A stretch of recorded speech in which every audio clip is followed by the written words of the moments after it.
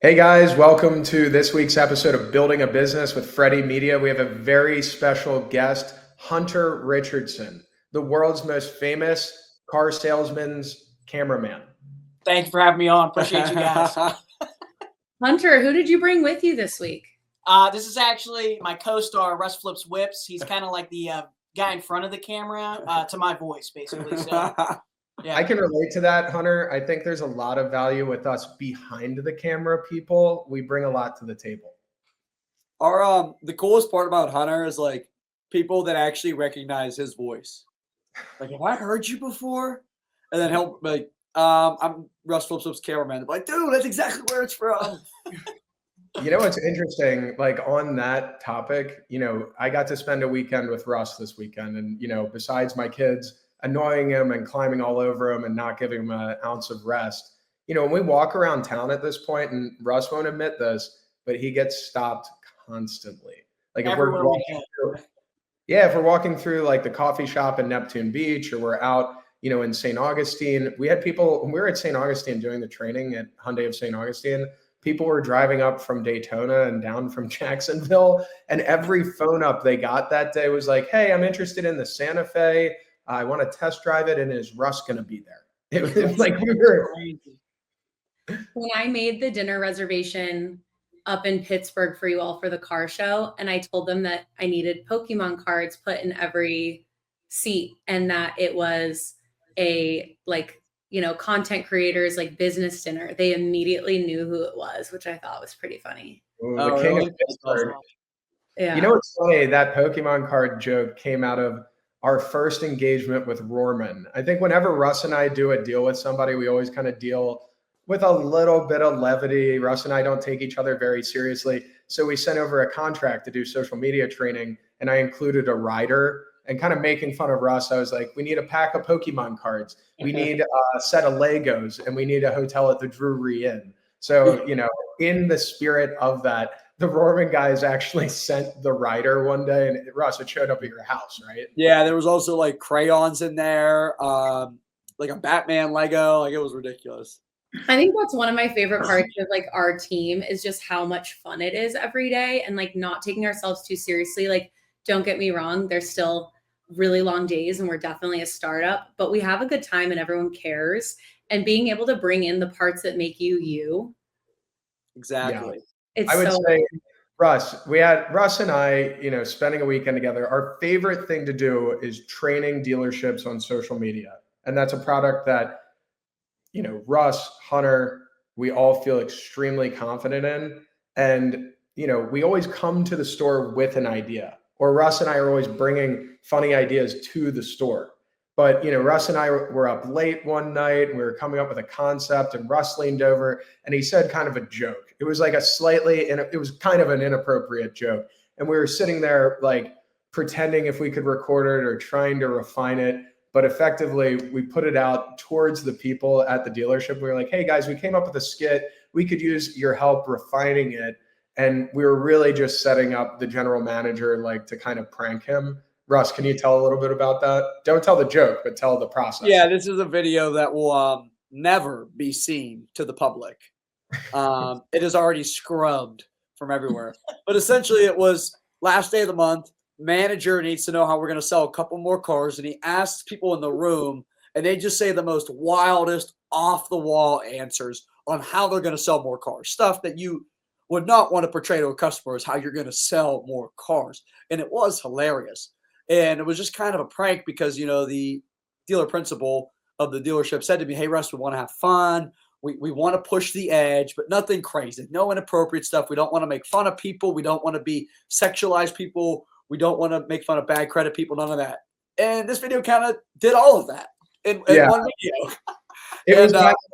It was just for the purpose of kind of having fun. And really what we used the video for was to record the general manager's reaction. So when he's pretending to be happy with it, and they goes, no, you can't post it. It was just kind of a training exercise for the team to show hey guys, we got to keep everything within the bounds of acceptable comedy.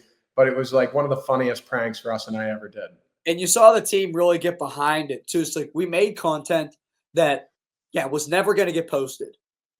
is probably never going to help them sell a car, but it helped them get behind the idea of making content because it was fun and we had a good time and we had some guys in the video that would have normally not have been in the content. And then when we actually made a real video, those guys were, oh, this is fun. Like, let's do that. Like, okay, we're going to make a funny video that is totally harmless, cannot offend anybody. And you got the GSM, like, can I be in it? And the day before he was like, I don't do content. The funniest part about doing training with Russ is kind of the stick in the mud people that are like, I'm only here to sell cars, or I'm the top guy, I don't need that. By hour 2, they come meandering over and they say, I got an idea. And can I be in a skit? Hey, Russ, can you sit down with me? And like, that's because Russ and I do this academic training. Russ does academic training. He stands up there and explains the hows, the what's a hook, how to edit, what platforms to put it out on. But then we go to the sales, finance, and service floors, and we're teaching them how to use the dealership as a setting, ideas they can cut, basically, things Hunter and Russ do every single day. We're explaining to them how to do it. Russ, talk about the outcomes these guys were getting from posting videos on their own account, not from your account, for like the first times. Yeah, I think the winner of St. Augustine ended at 180, 200,000 views. This was a guy who didn't speak any English. He was a Spanish. I mean, he spoke some English. He was a Spanish speaker. And he was kind of like, how am I going to make content? I don't speak Spanish. I go, well, I have a great idea. Let's do this idea. And long story short, it was a video how I'm an English-speaking salesperson. There's a translator, and you be a customer who only speaks Spanish, and you just be extremely rude to me. But I'll pretend like I'm not pretend. I don't know Spanish. So as he's being extremely rude to me, the translator was then translating like not the right words. So the Spanish speaker would be like, you're an ugly white boy. I would never buy a car from you. Like, this is the worst deal. And then the translator would be like, hey, look, he loves you, loves the dealership. We're just kind of a few dollars away on the deal. And I'm like, oh, thank you. I really like you too. And that guy that's actually the guy who's made the most content since I've left. And I told him, I go, you're in Florida, a lot of Spanish speakers. If you could be the number one Volkswagen dealer or salesperson that people who speak Spanish are going to come to, there's your niche. There's 20 cars a month right there. These people want to deal with you. If I was in another country and everyone didn't speak my language, I would seek out somebody who spoke English to go buy a car from them. Yeah, so if you get 200,000 views from your first video that's targeting a customer base that's been decently neglected, especially from kind of the digital marketing standpoint, I think that being able to do that through organic social was really interesting. And the way you came up with the concept and then told him what to say and how to use you, it was beautiful and really got somebody with some excitement about this that never would have done it. Like, he was the most skeptical person, and now he's all in. Yeah, I mean, he sat at the meeting like this the whole time, just like looking at me like he was mad at me. Like, it goes beyond like listing what languages we speak. I remember when I was young, there was a newspaper article, or it was a newspaper ad, centerfold ad for the Toyota store. And it was on Sundays, and the entire frame were all the languages that were spoken in the showroom, but they never repeated. That's how many languages were spoken in the dealership. This is in Sunnyvale in the Bay Area. And that in 2003 was the best way to do it, right? But now we can go so far beyond that. And rather than saying, oh yeah, our team speaks Spanish, you're creating content that they emotionally connect with. And your whole thing is about how can you bring personality in? They walk in, they already know Russ. They already trust Russ. They love you, right? When they walk in your store. And by bringing in comedy and these skits, I just feel like that's the best thing stores can be doing. yeah, Well, absolutely. I think we should pivot, switch gears. Russ's next availability for training is in February. We'd love to come to your store. We will go anywhere in the country. But let's talk about what we've been up to lately and what's coming next. So real quick recap. Hunter, tell us about the car show. What were the highlights? We've been a lot of places in the last few weeks. Yeah, I know. It's kind of crazy. I mean, the highlights of the car show, I mean, Russell put the whole thing together himself pretty much, if you ask me. But crazy cars, like one of our big dealer groups in the area, Jim Shorkey, he brought like 10 classic cars. They were awesome. Vantage Auto was there, weren't they? Yeah, Vantage Auto bought the Mark 8. I got a 1994 Cobra Mustang I bought. No one knows, but the car show actually cost Hunter 10 grand. It cost me 10 grand. We did it all for free, but it cost me 10 grand. That's a good deal. Well, I think that's another point too, is like, we don't need to spend a lot to be making a big impact in the community and connect with customers. I love that. And then where else have we gone? You guys went down to St. Augustine, touched on Augustine. Went to St. Augustine. I'm going to Used Car Week next week. We did Rohrman, Schaumburg, world's largest Honda dealership. I don't know, maybe a little under a month ago. We're going back next month as well. Going back next month as well. I guess there's something in the works for Toothman Ford in West Virginia. Did I say that properly? There's a couple of stores that have inquired and asked for training, so hopefully that all comes together. I'm excited. And then we had Jon out in Southern California this week. Yes, What the heck are you doing, Jon? One of our clients, Vantage Auto, Andrew Glazer, he gets to sell cars to a lot of celebrities. And one of his best clients is Gabriel Iglesias, Fluffy, the comedian. So he got invited on Jay Leno's garage to show off a vehicle that, I suppose Andrew sold to Gabe. And so Andrew and I flew to LA and we were just like up and back real quick. But on Tuesday, it was just like Gabriel Iglesias, Andrew, Jay Leno, and myself were in Jay Leno's garage. It was like next to the Burbank airport and kind of had like the run of the show. So I spent all day. It was an out of body experience. It was like me and those guys just talking cars, and they're all enthusiasts, and I'm kind of like a retail car guy, and I'm like explaining to them like, yeah, I like cars. I like the business of cars, like how to sell them, how to do this and that. But it was really interesting. One of those things like, it's so interesting. Like a couple months ago, this was an idea, building Freddy Media, all of us working together, Russ and I building a training company. And then like kind of immediately we're abruptly next to these guys, Jay Leno and Gabriel Iglesias. And it's just interesting how fast these things move. So in 3 weeks, we've gone from not a company to being with Jay Leno, Gabriel Iglesias. I have a podcast with Grant Cardone next weekend. We've signed over 40 creators, done over 30 brand deals, and have over 10 dealerships that want me to come and train them. I don't know. Sounds like we're off to a good start, I guess. Yeah, I know. Leaving car dealership guy, my biggest apprehension was like, will people like me? Will they sign with us? Will they pick up my calls? And turns out like, yes. And we can recreate everything we've done with Russ, with all these other people. And the talent roster is amazing. We're very proud to work with people like Vantage Auto, George Saliba. We've started working deals for the Car Mom and Yusuf Banal. So many great people. And we're just like very thankful for everybody who's put their faith in us to work with Freddy Media. I'm excited. I think that, what we've done in 3 weeks just is a testament to how much everyone cares, and we care about this business, and we genuinely want to help make it easier. And when we say we mean Savannah. Thank you, Savannah, for everything you've done. She's too kind, but it's been it's such a family like atmosphere as well. I mean, like when we say Hunter's really a part of the team, like Jon, like we wouldn't be anything without Charlotte being in the skits and, working at the dog adoption event. And kind of that leads into the next thing of we have more events this week. What's going on this week down in Florida? I know I got out of the retail car business to quit working weekends. This will be my fourth weekend in a row working, but Charlotte and I will be down at one of our clients. We also work with brands to kind of like invert the paradigm and get them leads through using creators and influencers. So one of our favorite clients is a local company here in Jacksonville called Southern Grounds. They've begun the franchising process. We've done some content with some high profile creators such as Chris Kerner and our guy on this call, Russ. And basically we use the content that they cut in order to distribute to franchise prospects and then, sell franchising to different territories. And in doing this, we've been able to secure, some great leads and in fact, make a deal within the state of Florida. So we're really excited to bring Southern Grounds to, I can't say where yet, but we're really excited about it.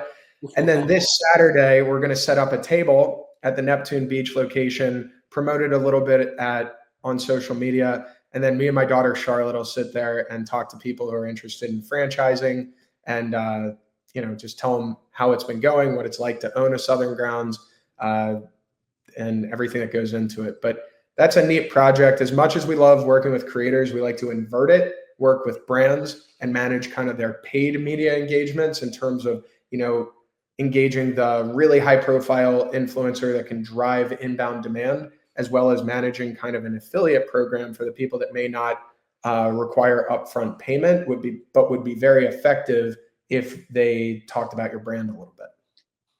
We got to get Southern Grounds up in Pittsburgh. I'm tired of swinging by Starbucks every morning. I know they bury Starbucks, dude, because it's experience, it's community. It's just kind of, I wish you guys could be here in Neptune Beach with me today. We'd all go there for lunch. And it's just the most popular place in town because the food's great, the coffee's good, and really it's more about just being great in your local community. Yeah, no, I've been there 5 times now. I can't even go to Atlantic Beach without swinging by Southern Grounds with Jon. Yeah, dealership, Jon. I think we need to buy a dealership and we need to Southern Grounds because people enjoy spending time there, and that kind of like comes back to everything with Ryan Roman of like building an experience and building a destination people want to spend time at. I think here's the vision, guys, for everybody on this phone call who maybe this happens next month or it happens when we're all, in our 40s. I'm in our 40s and you guys will be in your 20s. We could own a dealership, have a leadership academy out the back where Russ is training people and, teaching them how to do social media. Savannah's training people as well. And then the salespeople, while they're, salespeople have a little bit of time on their hands. Russ and Hunter are at the dealership right now, yet they're recording with us. So I think salespeople at the dealership, when they're not selling a car, when they're not following up, Mr. Biondi's probably running around the showroom like, "Where's Russ? Where's Hunter? He's probably making a TikTok. When you told me he has 200,000 views a month and it's Mr. Biondi, I died. I love it's it. technically King Louis. We're trying to convince him to make it Mr. Biondi, but he likes the name King Louis as his TikTok name. We're going to own a dealership, run the sales training academy out the back, and then we are also going to allow the salespeople that work there to sell both the media and brand deals that we make for clients. Because I think that, this team on this call could basically create a dealership that runs at like 4x profitability.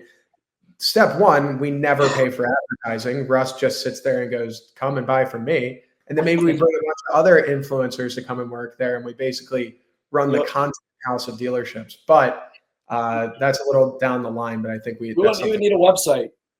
People will just come in. No, yeah, that's charming. No website, head on in. You don't even know what we got. There's a big inflatable Russ on top of the dealership with his glasses. Don't fill its head anymore, please. Yeah, we say these things, then Hunter has to live with it. Yeah. Well, I think, there's a lot ahead. And if we look at in 3 weeks, I think a big part of recording this is for our own sake of this time capsule and just documenting where we're going. But if we've done this in 3 weeks, if you look at the heart and the hustle and the grind of this group, I have no doubt that we would be successful in any business. And one day when we have a dealership again. That'd be great. We will. We're going to speak a dealership into existence. It's coming. I think it's all of our passions.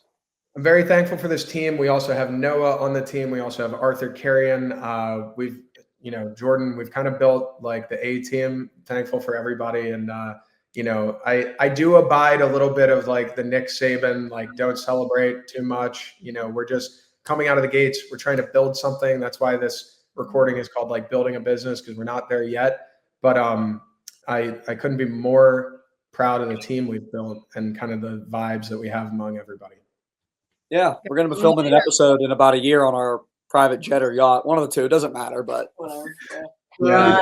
If we have a Lincoln Navigator, I think we'll be happy. I think we need to get you on Lincoln Lawyer. That's going to be one of my goals. Do you guys know Nick Saban owns a dealership, right? But when he got his first coaching job, I think he was the head coach of maybe Nicholls State or something that wasn't that great.